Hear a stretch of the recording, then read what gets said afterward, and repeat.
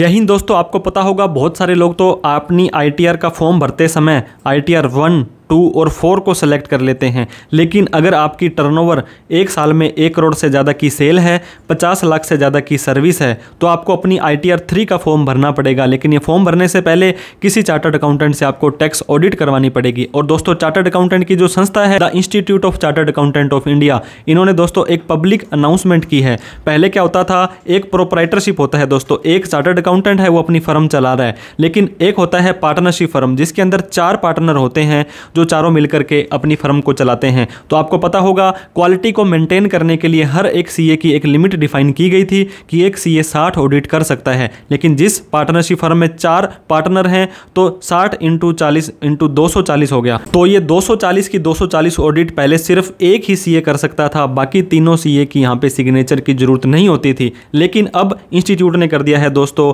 ये देख सकते हैं, असाइनमेंट पर partner in A CA firm can not be जो है एक्सीड 60 ऑडिट्स। तो ये 60 ऑडिट वाला, अब मान लीजिए दोस्तों 4 पार्टनर आपकी फर्म में हैं तो चारों को ही 60 की जो ऑडिट है करनी पड़ेगी। ये दोस्तों इनकम टैक्स के अंदर सेक्शन 44AB की टैक्स ऑडिट की बात की गई है। इसके अलावा बहुत तरह की और ऑडिट्स भी होती हैं, उनके लिए कोई ऐसी लिमिट का जिक्र नहीं किया गया है। और 1 करोड़ से कम वाली या 50 लाख से कम की सर्विस वाली ऑडिट है वो आप कितनी भी कर सकते हैं, इसके ऊपर यहाँ पे कोई 60 वाली लिमिट है वो एप्लीकेबल नहीं होती है। तो आपको ये जानकारी कैसी लगी दोस्तों, आप हमें कमेंट करके जरूर बताएं। Thank you so much for watching this video. जय हिंद, जय भारत।